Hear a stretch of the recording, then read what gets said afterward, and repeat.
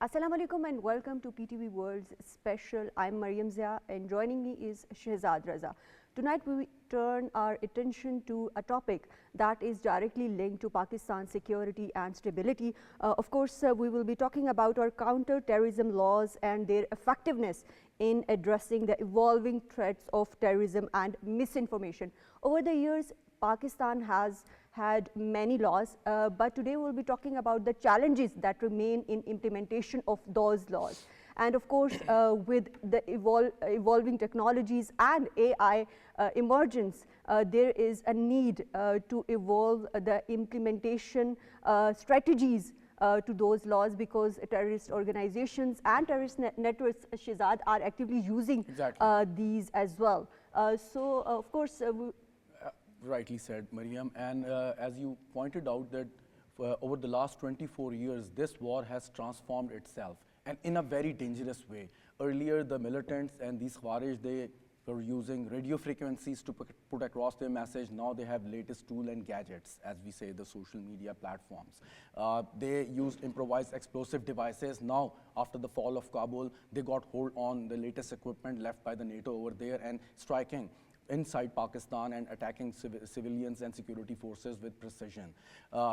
They have transformed themselves, but at the same time, the state of Pakistan, the security forces, and particularly the entire nation has always been very resilient and, employ every possible strategy and tactics to, crush these militants, and including the laws. And this cyber warfare, what are they doing now is, in this fifth generation war, is imposing on us the cyber warfare and the war of narrative.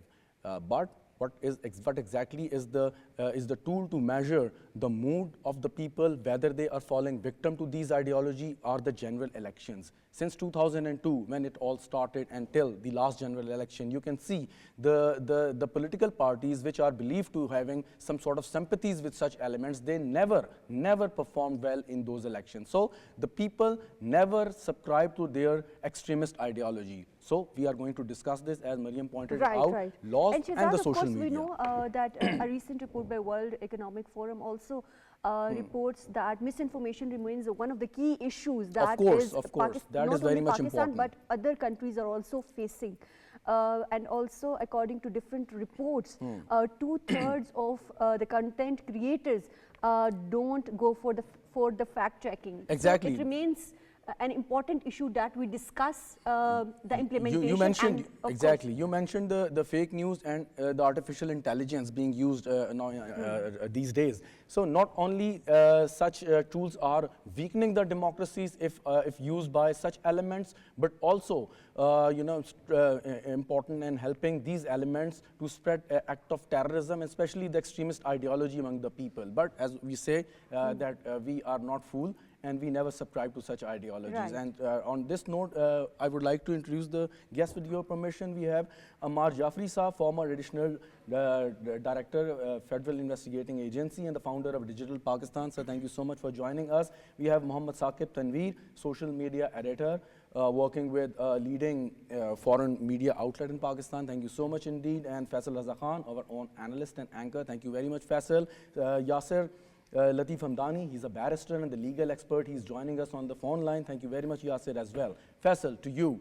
So far, our strategy, especially as far as the laws are concerned, there are so many concerns and, the misconception about the laws being, implemented in the country over the last few years. But why these misconceptions, and what exactly are we doing to, allay these concerns? Thank you very much. Bismillah ar-Rahman ar-Rahim. Thank you, Shehzad and Maryam, for having me here.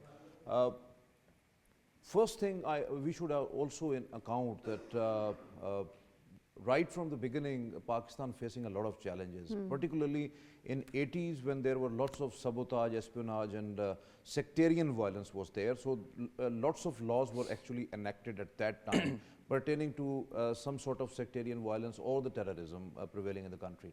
But soon after, there was a leading law which was always quoted and which was already in practice particularly, and through that some of the courts were established. That was the Anti-Terrorist Act 1997. And that is a very comprehensive law from right from 2001 to onwards.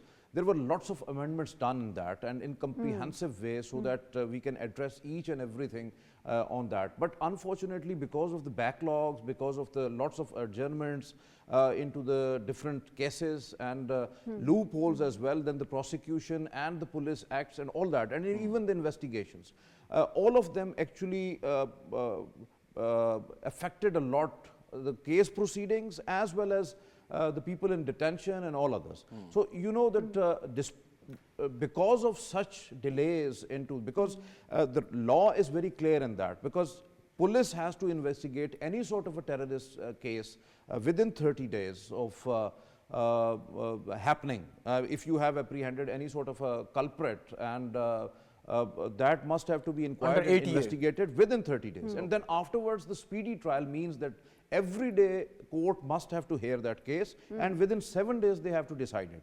But look at the overall scenario that thousands of cases are actually pending across Pakistan. And unfortunately, that is because, and never ever it had not even our police department or might be the courts. Right, but Faisal, that remains a systematic problem, and we will be coming back to that. We are joined by Barrister Yasir Latif Hamdani, and Barrister Yasir, when we look at this Pakistan's Anti-Terrorism Act of 1997 that Faisal alluded to, do you think that this law is very much broader when it comes to dealing with terrorism in general? What kind of lacunas exist in terms of evolving terrorism threats over the years that Pakistan has been facing? Yeah, I think as far as the law is concerned, it is a very comprehensive law. It does have provisions that, can pretty much, even for our time, I think, can deal with terrorist acts and, bring people to justice. Unfortunately, the issue in Pakistan is not the lack of laws, but always prosecution and the capacity of the law enforcement agencies as well as the prosecution department. I think that's where the problem is. But the law itself is quite sound, and it has brought about convictions. That's happened, and now we have the added layer of the military code. So it's been going on, and I think in terms of as a response, as a legal response, as a legislative response to terrorism, I think the law is adequate, provided it is implemented properly. And that's the implementation remains a continuous challenge that the state faces. And that, whatever loophole, that was kind of covered by the military court. The military courts are operating, and as we saw yesterday, there was a verdict that... There is some problem in your voice, and we try to reconnect, and we are sorry for this interruption. But Tanvir Saab, you tell us you are handling the social media of your organization. But right now we are talking about the laws. All the laws which are implemented or legislate anywhere in the country is for the betterment of the people and to safeguard the security of the state. But when we say that we are going to protect the people from fake news, propaganda, and from these extreme ideologies, there are voices that government or the state is trying to gag the voices of the people. It's a direct attack on the freedom of expression or the speech or free press. Why these concerns? Although all the journalist bodies and intelligentsia, they're always taken into confidence before legislating these laws. So essentially, if you look back at Pakistan's history and how certain laws have been implemented, and how in fact, if you take example of any law, if I were to quote you an example of an FIR, whenever an FIR is lodged in a police station, there is always a cross FIR that is essentially to counter the first FIR that is lodged. So, in every law in Pakistan has been implemented and exploited. So we have a history where people do not essentially have a real understanding of what the rule of law is. They've been exploited in the past. There have been attempts to misuse laws, and that's why people are always apprehensive when there are new laws, because they are always skeptical that any new law is essentially being drafted to curb down the dissent, to curb down the freedom of speech, and that I think that needs to be stopped. And overall, I think when we were talking about implementation of these laws or even ATA, I think the problem that plagues Pakistan essentially is that we have a lot of laws, but we do not have an understanding of these laws. So a lot of those Or the laws were made. implementation? Right. Yeah, but apart from implementation, even when Faisal was talking about judiciary and even police, I mean, we can have another law, but what use that law is when you do not have enough people in the police force, when you do not have enough judges to give those verdicts, when you do not have enough prosecutors. So we do not have that paraphernalia to implement those laws, and that's where all the exploitation of these laws come. Right. And that's why public at large essentially they have a problem of trust with these laws. Of course, we will be talking about the trust issues and also the joint task force that has been established. But Mr. Ammar, when we talk about the use of social media and growing use of social media by terrorist networks, how do you think this complicates the situation and makes things difficult for Pakistani government to counter their own efforts, their traditional, of course we are fighting a traditional war and then this increasing hybrid war? You know, terrorists are operating in the world for the last so many years, so nothing new for us and for them also. Terrorists always would like to remain secret, naturally. So the platform which are cyber enabled give them a better opportunity than in the real world, right? So this is their. Now, how do they use social media? They never try to promote their own objectives in simple words. They try some indirect methods what they want other people to respond. Now, I think Maryam rightly said that the most immediate crisis in the cyber world is the misinformation and disinformation. Now, we have to differentiate between these Exactly. two. Disinformation is something totally which is not true, right? Somebody orchestrated, somebody wants to change the people's mind. There are psychologists involved into it, there are think tanks involved into it, they spend money and they want a specific situation to be carried out in a particular country at a particular point of time. You just see what's happening in Afghanistan. I think 2 years before it was a total disaster, but now everything is developing there. China is going there with a lot of development projects. So that's most of narrative building. Narrative building. Yeah. So what was happening there is now happening in Pakistan. At least it has started. Now, we need to understand what is a hybrid war. Hybrid war is a combination of foots on ground along with some cyber narrative, as Maryam has said. Now, how do you build narrative building? You have a budget for that. You have a silent workers working for them. Even workers don't know for whom they are working.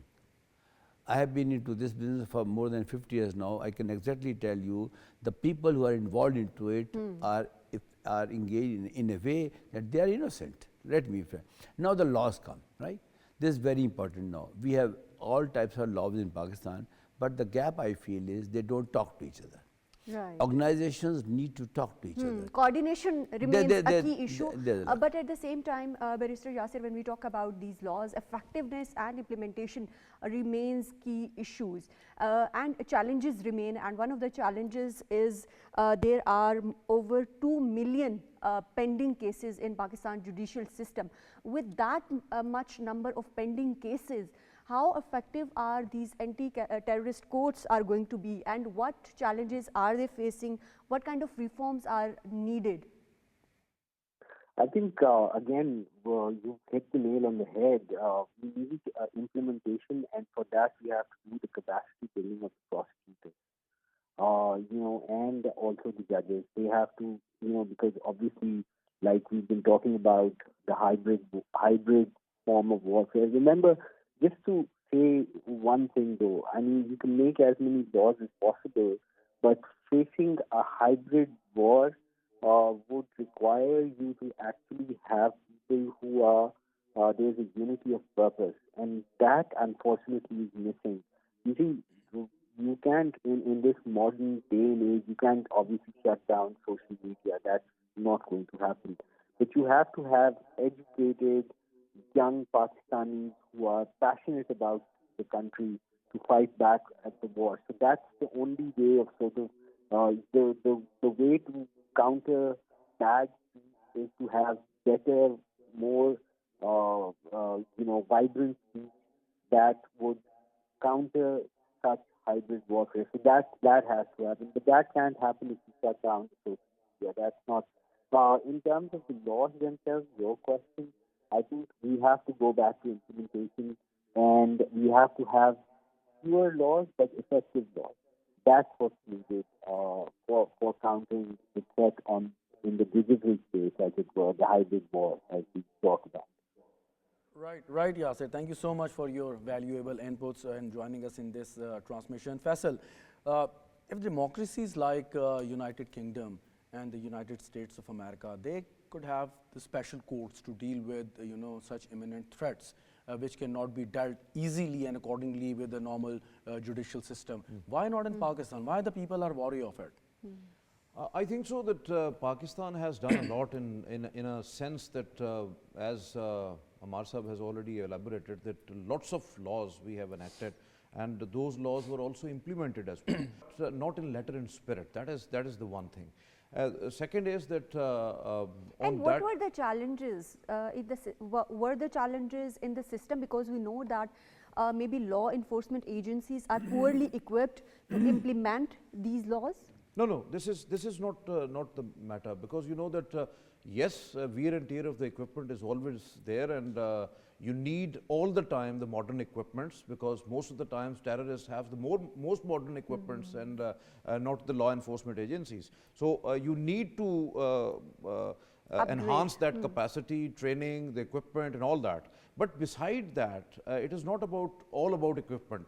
It is about the will that wherever we are, that whether we are in state or state institutions, whether we are in government, whether we are in any sort of organization, even in private, even in media, because there should have to be a sense of nationalism among the people, that we are fighting a war against those miscreants or the militants or the terrorists who are actually trying to disrupt our cultural fabric.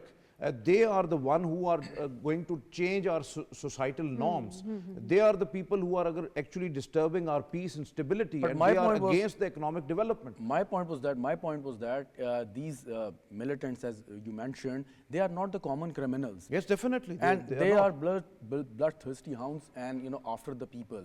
We don't have a good, definite and strong witness protection program. We cannot provide adequate security to the prosecutors, to the judges. That's why there are hearings inside the heavily guarded and security prisons of such elements. Why not special laws and special courts for them? Definitely, you are absolutely right. But the main essence of the Anti-Terrorist Act 1997 was actually the Criminal Procedure Code, that was 1898, and then the PPC, that was 1860s law, and those out of that, and we have enacted most of the laws getting inspiration from ATA actually. And that was not a one law which we have actually like anti-money laundering ordinance, that was in 2007, that was converted into law afterwards, and then the Prevention of Electronic Crime Act, you are talking about social media and all that, Anti-Money Laundering Act in 2010, then of course the National Counter-Terrorism Act through which the NECTA was actually formed. And then the Prevention of Electronic Crime Act was actually implemented. You are talking about the special courts. In 21st Amendment into the Constitution in 2015, we have established the military courts. Then for 3 years.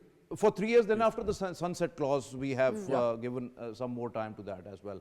Then this itself, the anti-terrorism courts established across Pakistan, these are also the special courts when we are talking about overall banking. Then FIA is also into that. Then we are only talking about the terrorism which we are facing in the form of arms and ammunition and weapons. But on the other hand, the environmental terrorism, you have the environmental tribunals as well. Of course. And lots of other tribunals is set up to have those cases. when we are talking about the Electronic Crime Act, there are lots of cases pending with the FIA as well.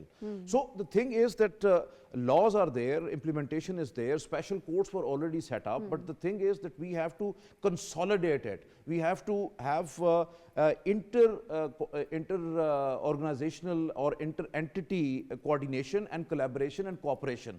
That is very important, because in isolation or in silos, we can't work. If we are, we have the laws and we are parallelly doing it on all fronts, you will not attain the right results. When we talk about coordination definitely, between the definitely, institutions, that is joint the task paramount. force, That is the we paramount. will be talking about it later. But Ammar, coming back to you, of course, when we talk about social media, it is now being used by terrorist organizations, and when we look at the figures by World Economic Forum, they are, of course, very alarming that misinformation ranks amongst the top challenges that Pakistan is facing at the moment.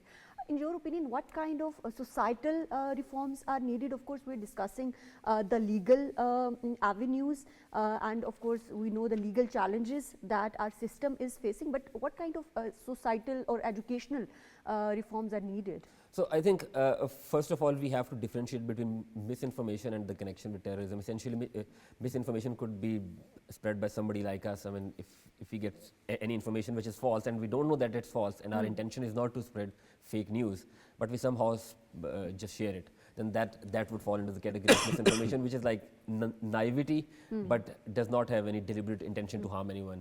But terrorism is much more than that. And when you were talking about organizations and structures working in silos, essentially having a special courts or another structure that will supersede our courts would essentially mean that we are again working in silos instead of going for our legal system. The long wish of Pakistan is to have reforms in the legal system. If we are not going to go towards that, then I think these problems would persist. But just giving you an example of when you say that that world over states have come down hard whenever the issue of misinformation has come up. One recent example is in the UK, when there were xenophobic protests against migrants. State came down hard, and they did not set up special courts, but the courts gave verdicts in 10 days. I remember, I think the first verdict that came in, that was in 7 days. No, The state came down hard. Take a look at London riots, Yeah. Capitol Hill attack. Yeah.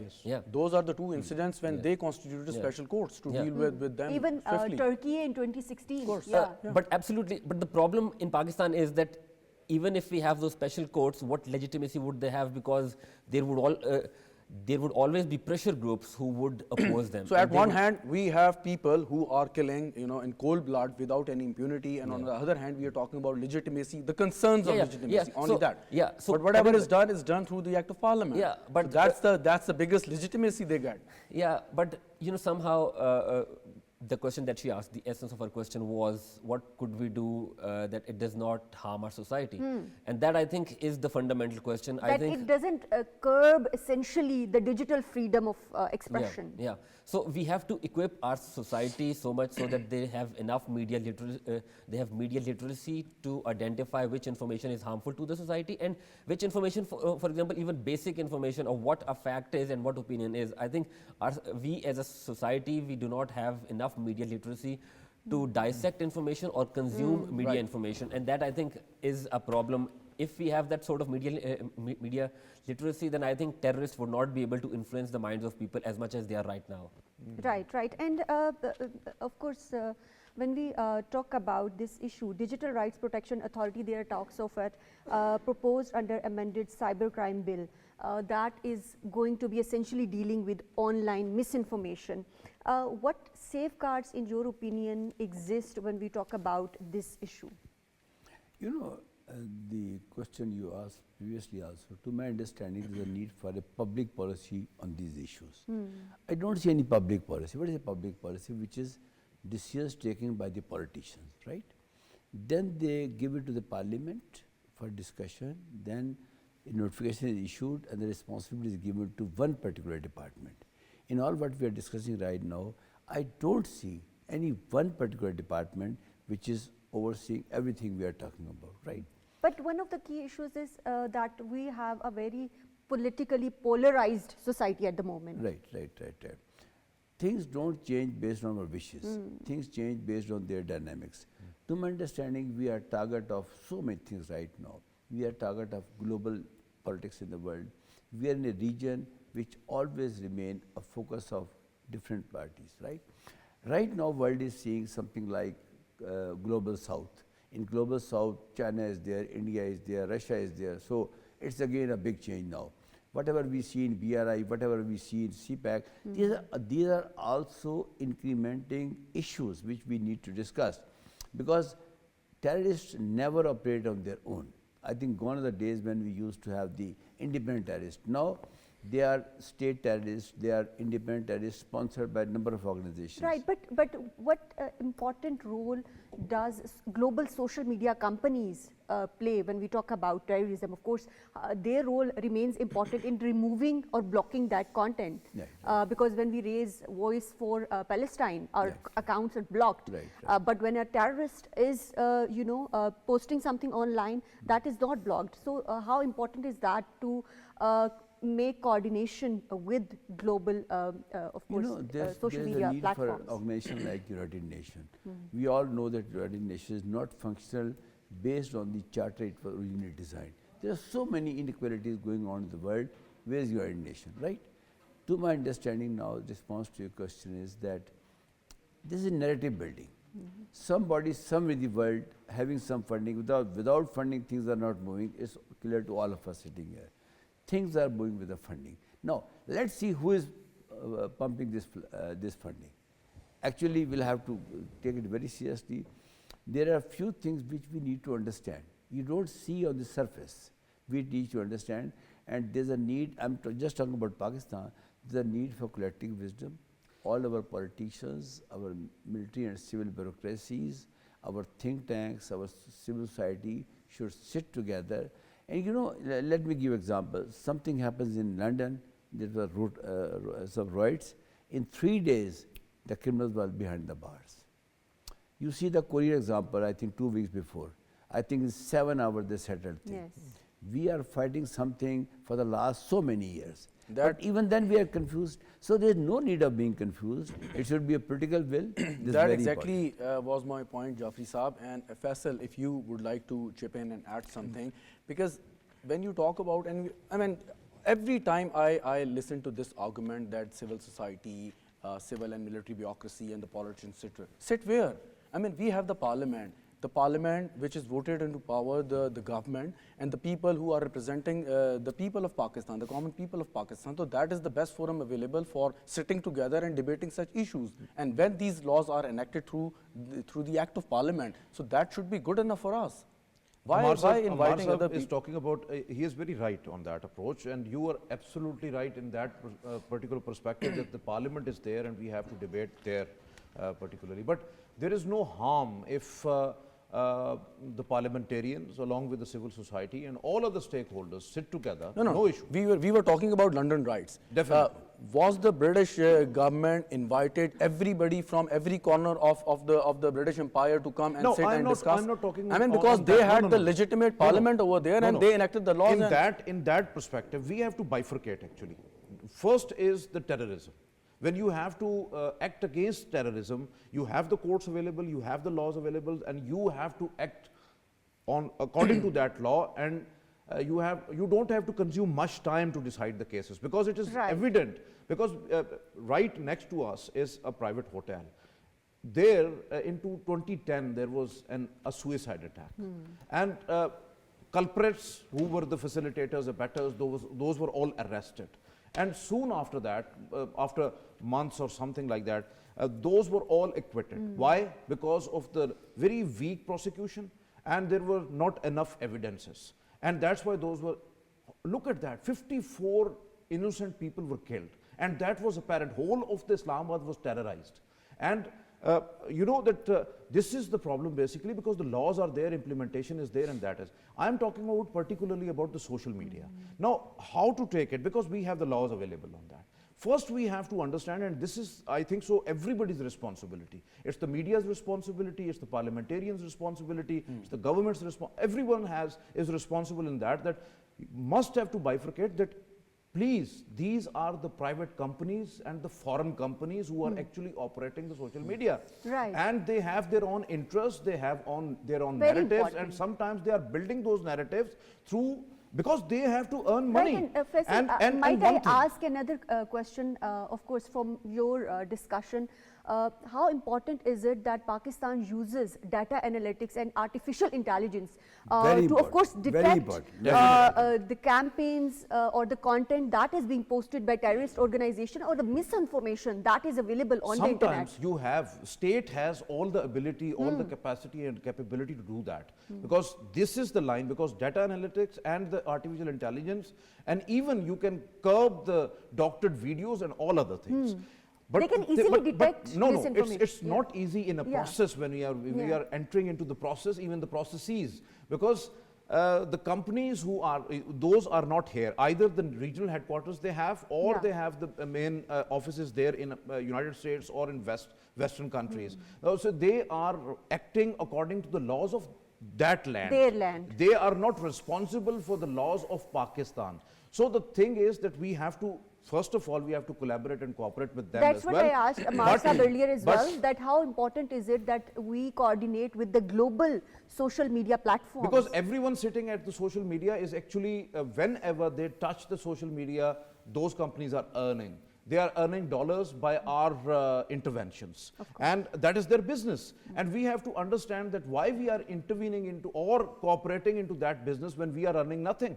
So these are the areas where I think so everybody has to sensitize our people first, and then in a sense that if you want to have some laws, to enact some laws or to implement some laws, it is important that we have to sit together, because this is our country. Right. This is a country of 240 million people, and everybody has the right to at least listen to the government or the state, and state has to give proper feedback to their citizens, and citizens have to cooperate with each other so that we can strengthen our systems, so that we can implement our laws, and so that we can act according to that. And in that particular perspective, I think so the terrorists would not have much room to enter into our ranks and disturb our societal norms and all others. I think so that this is very important, because laws gives some of the very important areas are that we have to protect the users who are there at the social media.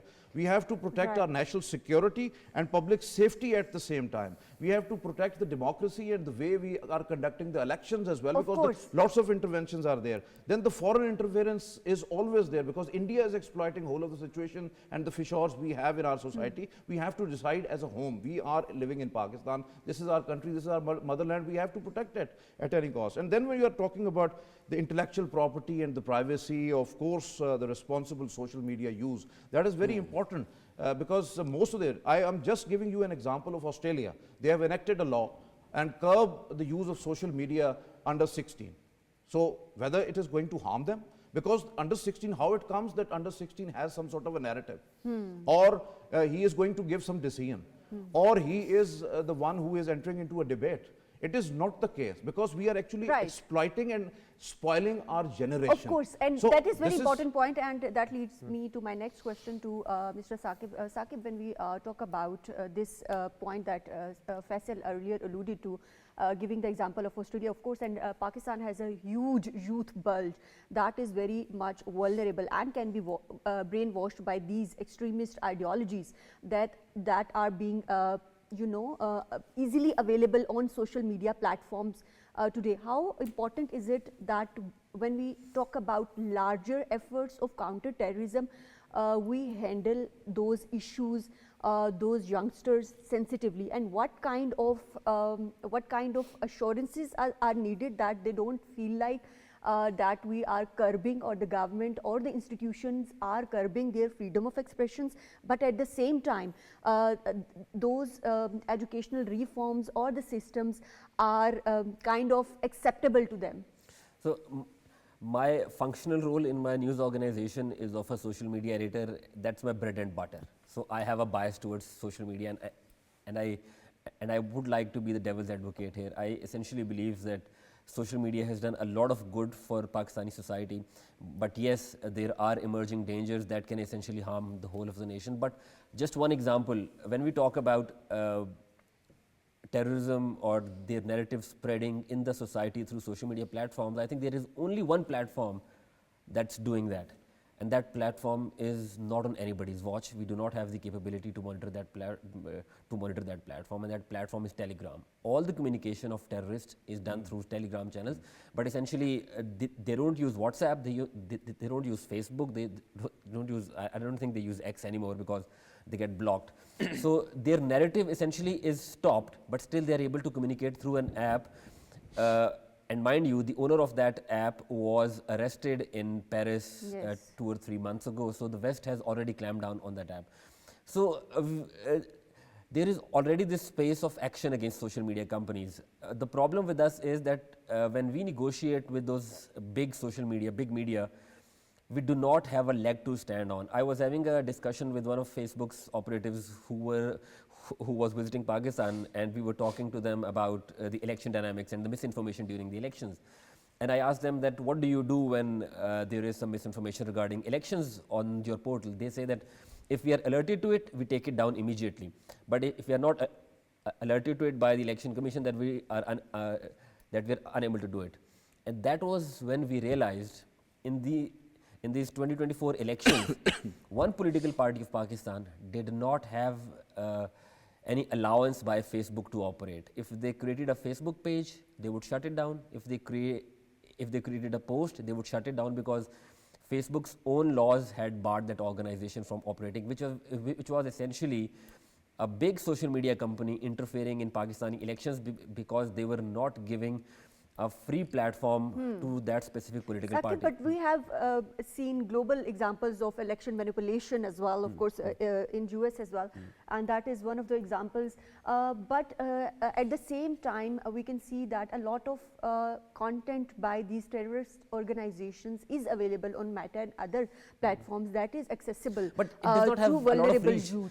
It does not have a lot of reach. For example, if I were to talk to you about TTP, I don't find their content on Pakistani social media platform. If I were to talk to you about even the Afghan government, they took over in, I think, 2021, August 2021.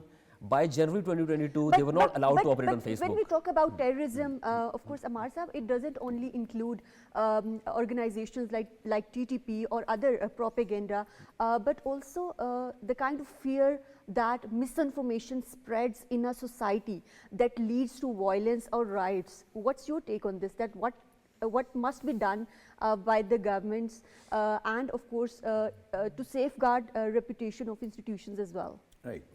I'll go back to your previous topic of data analytics and use of data and AI. Sure. You know, globally, people are using data for proactive decisions, not reactive decisions. In my country, we take reactive decisions. Marriott incident has happened. It happens. I was the first responder to reach here at that time. I was working with FIA at that time. Trust you me, that was the excellent example of excellent investigation made by a very smart team, right? And I was part of that team. But what happened literally, right? Yes. Nothing happened, right? So I think, what is data analytics? In data analytics, using AI algorithms, we analyze that in this situation which has happened here, what has happened in the world during last 10 years, during last 20 years. The bigger data size we have, our decision is correct, right? So I think we need to understand this use of artificial intelligence and data analytics, right? We don't have right data in our country. This is very important because again there's a gap in different organizations working for data collection, right? Investigations are done. The matter is given to the execution authorities and it goes to court. There is no data exists.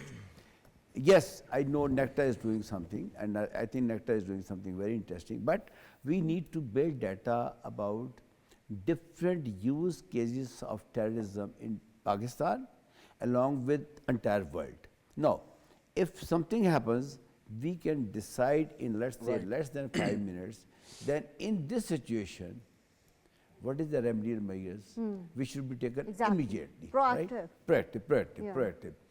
We always have explosion, have a incident, then we make a commission of it, and that report never comes. I think it's a cyclic situation now in Pakistan. There's a greater need for making a roadmap, like we have a roadmap for Google Maps, for example. Go here, then you reach here, right? We need to have a roadmap for any terrorist incident which happens here, right? We have got excellent institutions now. Anybody coming to Pakistan, anybody going back to going back, we can get information in less than 5 minutes from FIA, right? Anybody moving in Pakistan, we can have these CCTV cameras, all these things globally. I think just one point, you were mentioning about plan, it just came to my mind, it will be 10 years, 3 days from now when we would have national action plan. It will be 10 years. Yes. I think we need to sit down and find out what happened with that national action plan. Saqib, we can talk about it in detail, but right now we are joining by Sumaira Khan, senior journalist and analyst. Thank you very much, Sumaira, for joining us. We were discussing the role and use of social media in Pakistan. We all use social media, so as the militants and terrorists. Are they smarter than us that they make use best of it according to their own interest and benefits, or no? Thank you very much, Shehzad, for inviting me. And yes, you are right. They're far smarter than us because they know how to put keywords, how to smartly dodge all the security measures taken by or adopted by the companies themselves. So there is no question that if they are smarter than us. But the thing which is called VPN, it is playing more lethal role in getting them more smarter than us. So I think the moment I use this word, you might have gotten the entire idea that why I'm saying this, because if there was no VPN, I think it's far easiest for any of the government institute or tool or department to curb on all the activities of militants and extremists and anti-state elements in Pakistan or any other country. But obviously, it is a challenge. It's being used widely. Uh, Governments like other countries. Don't you think it's a rather tough situation for the state and the security agencies in Pakistan? At one hand, they are responsible to protect and safeguard the people from such elements. On the other hand, if they try to implement strict laws, the state and the government both are criticized for gagging the voices of the people, to crush the voices or the freedom of expression and the freedom of press. So that's the thing that they are facing at the moment. At one hand, terrorists. On the other hand, the people, like the liberal people of Pakistan, like us, blaming the state for every wrongs in the country. I think you're very right. We have been facing this thing in the past as well. When after 2008, and even if I go back to a few more years in the past of 2008, it was probably 2004 and 5 when this Facebook and YouTube thing got they started attracting people to upload their videos, upload anything you want with the slogans, with the similar small slogans that upload anything you want. We are giving you voice. We'll be your voice. So obviously people get attracted to these things, and after that, I think YouTube is that one platform that we had faced a lot of problems when the other countries like Norway and a couple of other countries, they started uploading caricatures of Prophet Muhammad sallallahu alaihi wasallam. That was one big challenge for Pakistani government, because protests were in every street of Pakistan, and Pakistani government had to shut down YouTube in Pakistan completely with a blanket ban. But right now, obviously, with the passage of time, you keep on introducing different models to enhance all the tools. And I mentioned earlier that now people who are working against the state, who are trying to inculcate a typical or a specific agenda into the minds, into the hearts of, let's say, of Pakistani people. I know they have more smarter ways to do it. They know how to dodge all the security measures as well. But you might have heard about firewall in recent days. So what is exactly firewall? We know nothing about that, but we keep on talking about it. That it's I got a chance to speak to Jal Hafiz, Chairman PTA, and obviously the discussion was at one of the seminars, and it was done with the Chatham House rules. But my conclusion was that majority of people, they have no idea what is firewall. It is installed now. It was installed 10 years ago, 20 years ago. Who introduced it? But we were of the view that firewall is one box and there is some magic coming out of that, and it is instantly removing everything which is anti-state, and it is blocking and slowing down our internet. So Right. we have That's So true. that's a lot of misinformation and disinformation. Unfortunately, Sumaira, we are pressed for time. But my last question to you is that what steps should the government take when we talk about creating a cohesive national narrative to counter not only terrorism but also this misinformation? I think first of all, we have to have right people in right slots. Those who know the chapter, who know the subject. If you two are anchoring this program right now, I know you might have been sitting here after a lot of preparation, after studying all the nitty gritties of this typical subject. So you are right. You guys are right people in the right slot doing this program. But at the government level, we need such people who are experts in this subject, those who can negotiate with the offices of these internationally acclaimed, you can say, social media offices. We have Google, we have X, we have YouTube. I still see a very slow negotiation with these offices, and it can be this slow negotiation can be a result of international pressures on these offices, because India, they have a large population, so we have those elements as well. But we need government to press these offices. Otherwise, there is no option but to have a blanket ban on all the applications, and that would be very dire. I must. Right, right. Thank you very much, Ms. Sumaira Khan, for joining us in today's program. Thank you very much, Faisal Khan, for joining us in today's program. Thank you very much, Muhammad Saqib Tanvir, for joining us in today's program. Thank you very much, Mr. Ammar Jafri, for joining us in today's program. Of course, Pakistan's security challenges required not only strong laws but strong implementation as well. Of course, we are facing a lot of challenges when we talk about road ahead, but with focused reforms, Shehzad, we can definitely look towards peace in the country. And that's all from Maryam Zia and Shehzad Raza. Thank you for joining.